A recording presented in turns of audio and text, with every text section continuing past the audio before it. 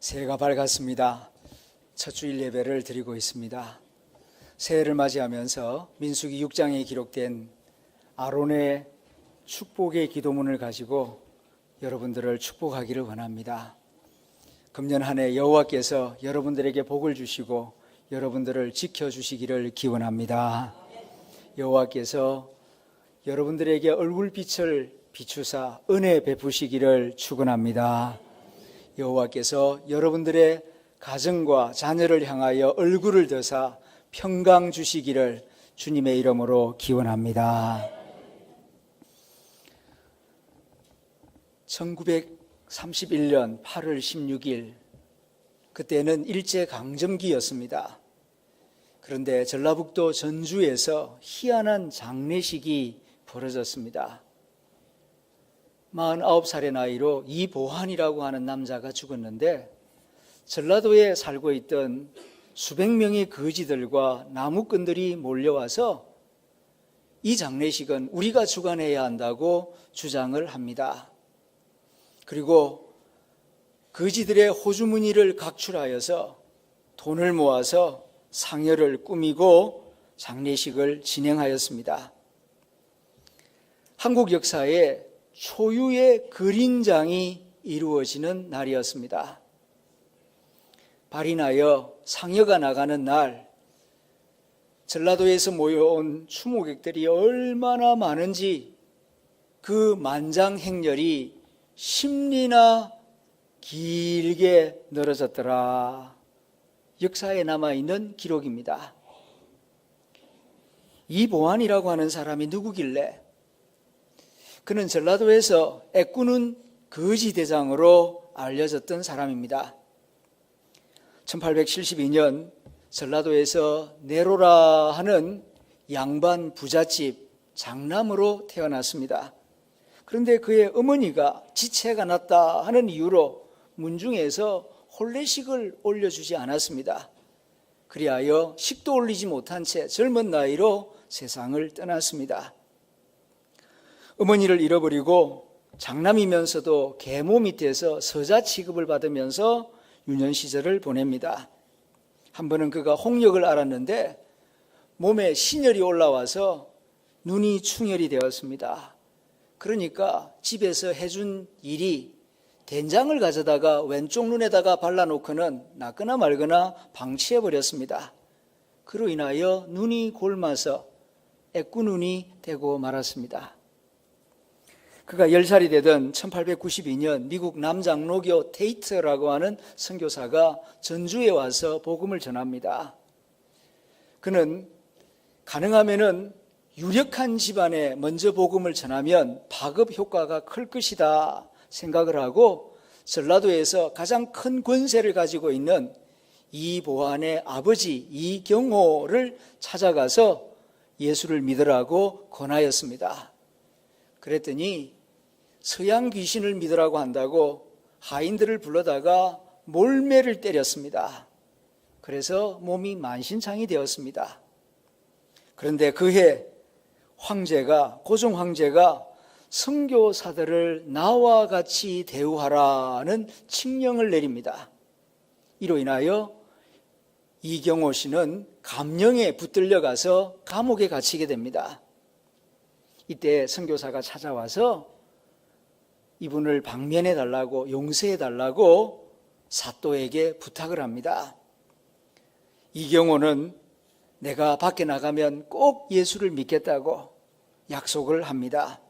그리고 풀려나서 집에 돌아왔는데 양반 체면에 교회 나가는 것이 영 내키지 않았습니다. 그래서 집안 회의를 합니다. 나를 대신해서 누군가 저 예배당에 나가줘야 하겠는데 누굴 보낼꼬? 가족 회의를 한 끝에 멸시를 받던 이보환, 네가 아버지를 대신해서 예배당에 나가라. 이렇게 우연찮은 일로 인하여 처음으로 예배당에 나가게 됩니다. 그런데 그 교회에서 그는 예수님을 인격적으로 만나게 됩니다. 여자와 어린아이, 세리와 창녀들을 차별 없이 사랑하시고 인격적으로 대해주시는 그 예수님의 가르치심을 듣고 큰 깨달음을 얻게 됩니다. 당시 조선 사회는 양반과 상놈, 적자와 서자, 남자와 여자의 큰 차별이 있던 시대였습니다. 그런데 정말 우연찮게 억지로 나간 교회였는데 거기서 듣게 된 성경 말씀으로 인하여 그의 삶 전체가 송두리째 변화하게 됩니다. 그는 전주 서문교회에서 세례를 받고 말씀을 배웁니다. 초대 교역자가 미국 선교사였기 때문에 영어로 설교하는 경우가 많았습니다. 어깨너머로 영어를 배우는데 머리가 총명하여 몇 년이 지나지 않아서 선교사와 영어로 자유롭게 대화할 정도로 전주에서 가장 탁월한 영어 실력을 가지게 됩니다. 그리고 성경을 열심히 배워서 교회학교 교사가 되었고 집사가 되었습니다. 이 보아는 예수님의 마음을 품고 예수님처럼 살리라 다짐하고 당시 일제강점기였기 때문에 민족 독립을 위하여 기도하고 자기 집안의 재산을 몰래 빼내어 독립군들을 지원하였습니다. 그리고 가난한 사람들을 위하여 나눔과 섬김의 삶을 철저하게 살았습니다. 그가 만나는 모든 고아와 과부와 그린들에게 사랑과 자비를 베풀었습니다. 정말로 겨울에 벗은 사람을 보면 자기 옷을 벗어 입혀주었고 배고파 울고 있는 아이들을 보면은 자기가 먹는 밥을 따로 떠내어서 아이들을 먹였습니다. 평생 그렇게 살다가 49살의 나이로 세상을 떠나자 그의 사랑에 감동을 받은 수백 명의 그린들과 나무꾼들이 몰려와서 그를 위한 장례식을 자기들이 집례하겠다고 주장하였고, 그리고 무덤이 만들어졌을 때 그를 추모하는 비석을 그린들이 돈을 수렴하여 만들어 주었습니다. 1m 20cm 되는 자그마한 비석에는 이렇게 적혀져 있습니다. 20 거두리 애인비, 사람을 사랑한 비석, 그런 뜻입니다.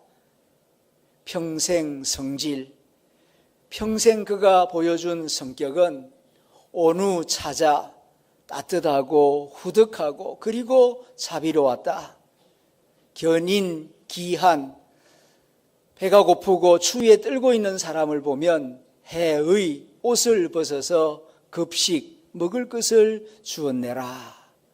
이렇게 그린들이 그의 행적을 추모하며 비석에 이렇게 새겨 두었던 것입니다. 그 비석이 지금 전라북도 전주 외곽에 있는 완주군 농길가에 그대로 남아 있습니다. 그는 예수님을 영접한 다음 이 기쁜 복음을 사람들에게 전하기 위하여서 열심히 노력했습니다. 전주 시내를 다닐 때마다 거두리로다 거두리로다 기쁨으로 단을 거두리로다, 그 찬송을 밤낮으로 큰 소리를 부르며 다녔고 수수하는 마음으로 예수의 복음을 많은 사람들에게 전하여 전주 서문교회로 인도하였습니다. 한 번은 아버지의 친구 되는 진사 어른에게 전도를 했습니다. 어르신, 예수 믿으세요. 교회 나오세요. 예수 믿으면 너무너무 좋습니다. 시간만 내면 찾아가서 예배당에 나오라고 수차례 권면하였습니다. 그러자 그 진사 어른은 내 아버지 얼굴을 봐서 내가 기회되면 꼭 교회 나감세, 그러고는 차일 피일 미루고 나오지를 않았습니다. 그러던 어느 해 겨울날이었습니다. 토요일 아침 또 찾아가서 어르신, 내일 아침 주일입니다. 저와 함께 꼭 교회 가셨으면 좋겠습니다. 그렇게 부탁을 하니까 그러지 뭐, 그렇게 부탁을 하는데 내일은 꼭 나감세. 얼마나 참 기쁘고 마음이 설레이는지. 다음날 아침 일찍 어르신 댁을 찾아가니까 그 진사 어른은 옆고을 절로 휴양을 떠나버렸습니다. 그러나 포기하지 않았습니다. 골짜기에 있는 그 저를 찾아갔습니다. 그리고 또 말합니다. 어르신, 오늘 약속하신 주일 아침입니다. 저와 함께 교회에 가시시오. 그러자 문을 열고 그 진사 어른이 말하기를 보다시피 오늘은 눈이 많이 내렸으니 다음에 가겠네. 이보아는 제가 눈을 조금 치워놓았습니다. 그러니 치워놓은 거기까지만 가주시지 않겠습니까?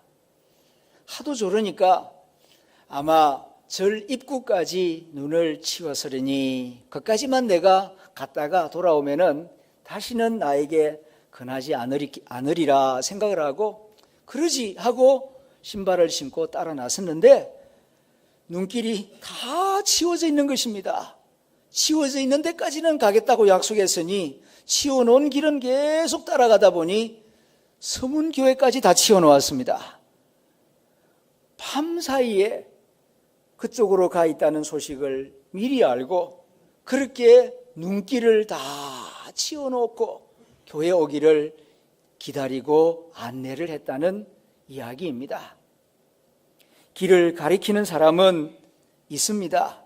그러나 길을 열어주고 그 길을 함께 동행해 주는 사람은 그리 많지가 않습니다. 금년에 우리 교회는 선교와 전도에 힘쓰는 교회가 되기를 원합니다. 선교는 하나님의 사랑과 구원을 온 세상 사람들에게 알리는 포괄적인 구원 사역입니다. 전도는 예수 그리스도의 진리와 사랑을 전하여서 예수님을 영접하도록 구체적으로 복음을 전하는 사역입니다. 이 목적에 도달하기 위하여 우리 교회는 여러 가지 일들을 행할 것입니다. 그러나 가장 중요한 것은 하나님의 말씀입니다. 그러므로 금년 주일 예배 시간에는 사도행전을 중심으로 1년 52주 동안 선교와 전도의 영성을 배우고 나누고 실천하기를 원합니다. 사도행전은 일명 선교행전이라고 불리우는 성경책입니다.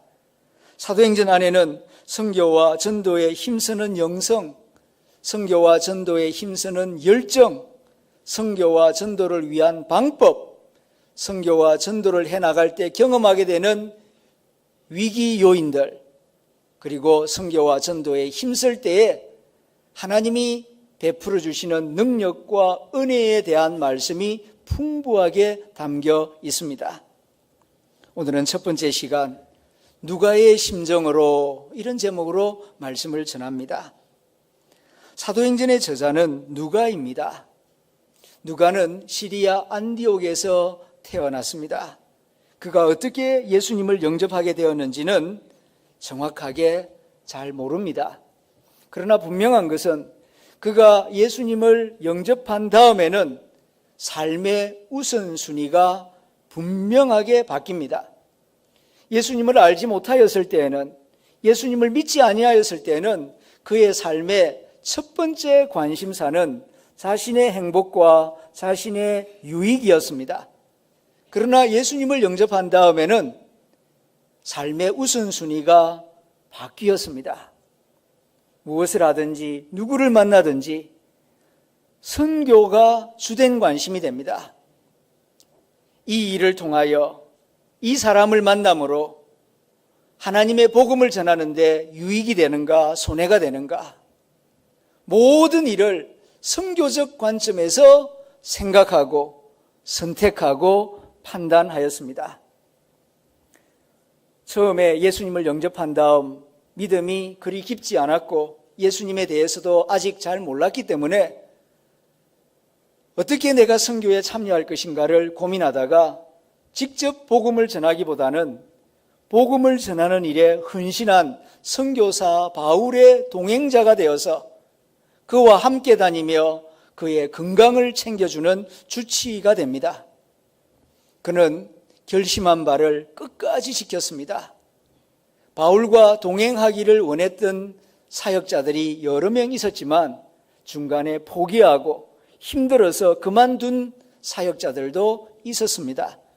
그러나 누가는 끝까지 바울과 함께하면서 복음이 많은 사람들에게 전해지는데 협력하였습니다. 그렇게 시간이 지나감에 따라서 그 자신의 믿음도 점점 더 깊어지게 되었고 예수 그리스도에 대한 이해와 지식을 더욱 분명하게 가지게 되었습니다. 그러는 가운데 그는 로마 고위 관료 가운데 데오빌로라고 하는 이름을 가진 높은 어른을 알게 됩니다. 그에게 복음을 전하고 싶었습니다. 어떻게 하면은 데오빌로에게 예수 그리스도의 복음을 효과적으로 잘 전하여 그 사람도 나와 같이 예수 믿는 사람이 되게 할 수 있을까? 사랑하며 기도하며 고민한 끝에 그는 붓을 들어 예수 그리스도에 관한 복음서를 기록하게 됩니다. 그것이 누가복음입니다.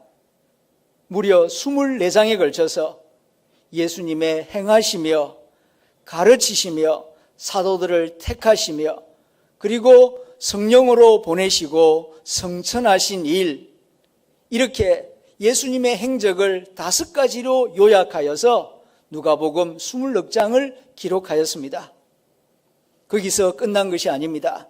그 다음에는 예수님을 믿고 따르는 사도들이 예수님을 위하여서 무슨 일을 했는가, 사도들의 행적을 낱낱이 조사하고 정리하여 사도행전이라고 하는 역사서 28장을 기록하게 됩니다. 이리하여 모두 52장의 긴 편지를 기록하였습니다. 이 두 권의 성경책은 신약 성경 전체의 4분의 1을 차지하는 방대한 분량입니다. 지금은 좋은 필기구와 좋은 종이가 있어서 편지 쓰는 것이 어렵지 않습니다. 그리고 오자가 있으면 컴퓨터로 쉽게 지울 수도 있습니다. 그러나 누가 당시는 그렇지 않았습니다. 파피루스라고 하는 식물을 가로와 세로로 놓아 눌러서 그 위에다가 새 깃털을 먹물에 적셔서 한자 한자 조심스럽게 적어서 편지를 쓰는 것이 관례였습니다. 파피루스는 쉽게 찢어지고 망가지는 연약한 종이입니다. 그렇기 때문에 조심조심, 그리고 거기에 몇 자를 적지 못하기 때문에 누가복음과 사도행전을 다 기록하려면 수백 장의 파피루스가 필요했습니다.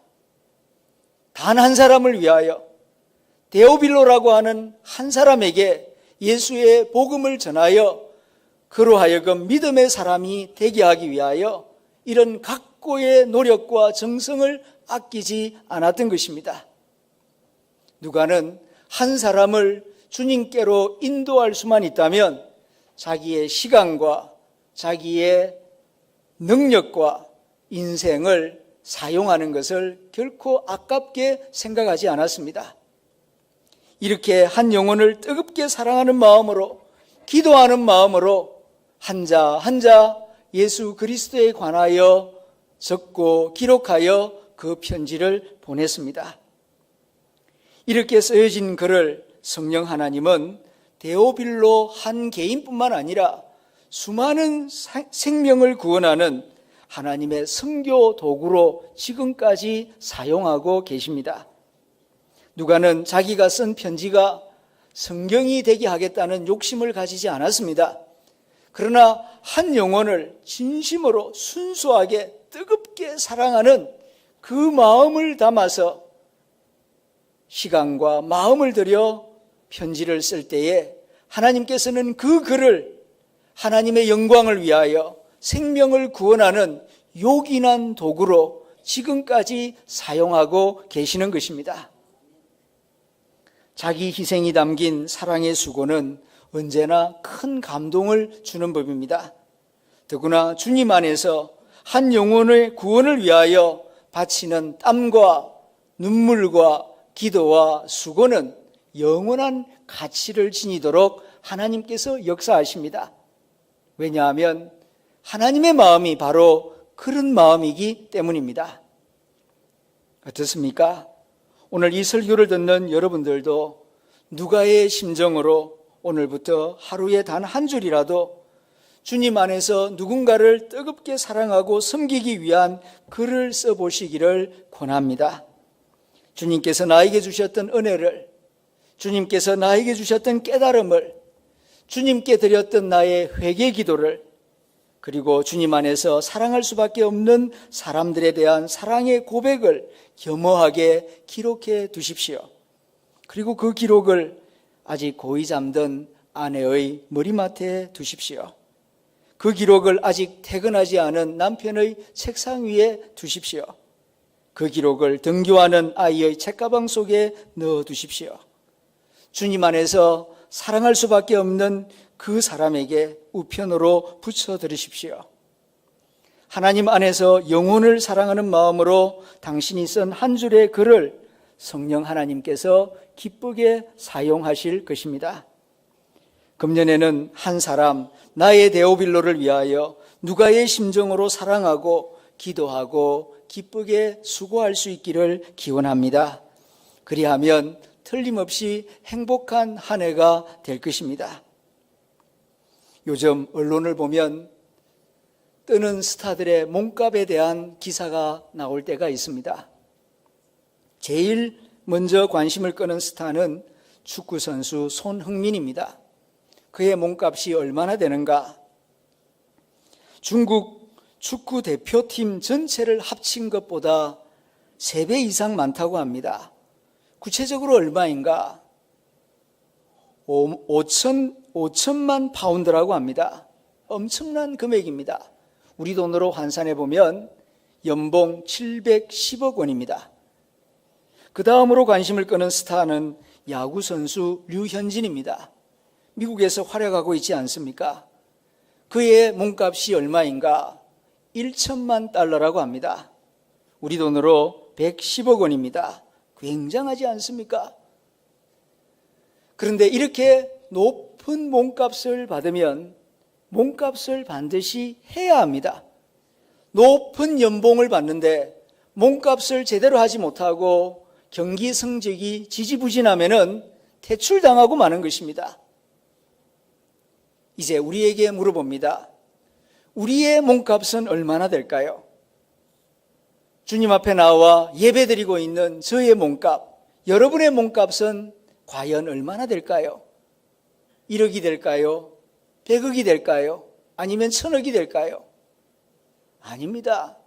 훨씬 더 그보다 높습니다. 저와 여러분의 몸값은 예수 그리스도의 값인 줄로 믿습니다. 왜 그렇습니까? 우리를 구속하여 하나님의 자녀 삼기 위하여 하나님의 아들이 그 목숨을 값으로 지불하였기 때문입니다. 이것을 우리가 깊이 생각해야 합니다. 세상 사람들과 비교하지 마십시오. 손흥민이나 류현진과 비교할 것도 못 됩니다. 우리는 예수 그리스도의 값을 치르고 새 생명을 얻은 하나님의 존귀한 자녀들입니다. 그렇기 때문에 또한 그 존귀한 몸값을 해야 합니다. 주님께서 우리를 위하여 그렇게 비싼 값을 지불하였기 때문에 우리는 주님의 뜻을 받들어서 이 복음을 다른 사람들에게 전하고 선한 일을 함으로 하나님의 이름을 높이는 일에 앞장서야 할 것입니다. 주님이 우리를 위하여 자신의 몸값을 치르셨다는 그 증거가 바로 성찬식입니다. 이 성찬식은 엄청나게 비싼 성찬입니다. 겉으로 보기에는 떡 한 조각, 포도주 한 잔 같지만은 이 성찬을 우리에게 베푸시기 위하여 하나님은 자기의 독생자의 목숨을 그 값으로 지불하신 것입니다. 이렇게 비싼 값을 치르고 우리에게 이런 성찬을 베푸시는 이유는 누가의 심정으로 전도하고 선을 행하라고, 그리하여 이 세상에 빛이 되고 소금이 되라고 주님께서 이 귀한 성찬을 우리에게 베풀어 주시는 것입니다. 주님의 살을 먹고 주님의 피를 마신 다음 새해에는 누가의 심정으로 나의 사랑하는 데오빌로를 전도하기 위하여 수고를 아끼지 않겠습니다.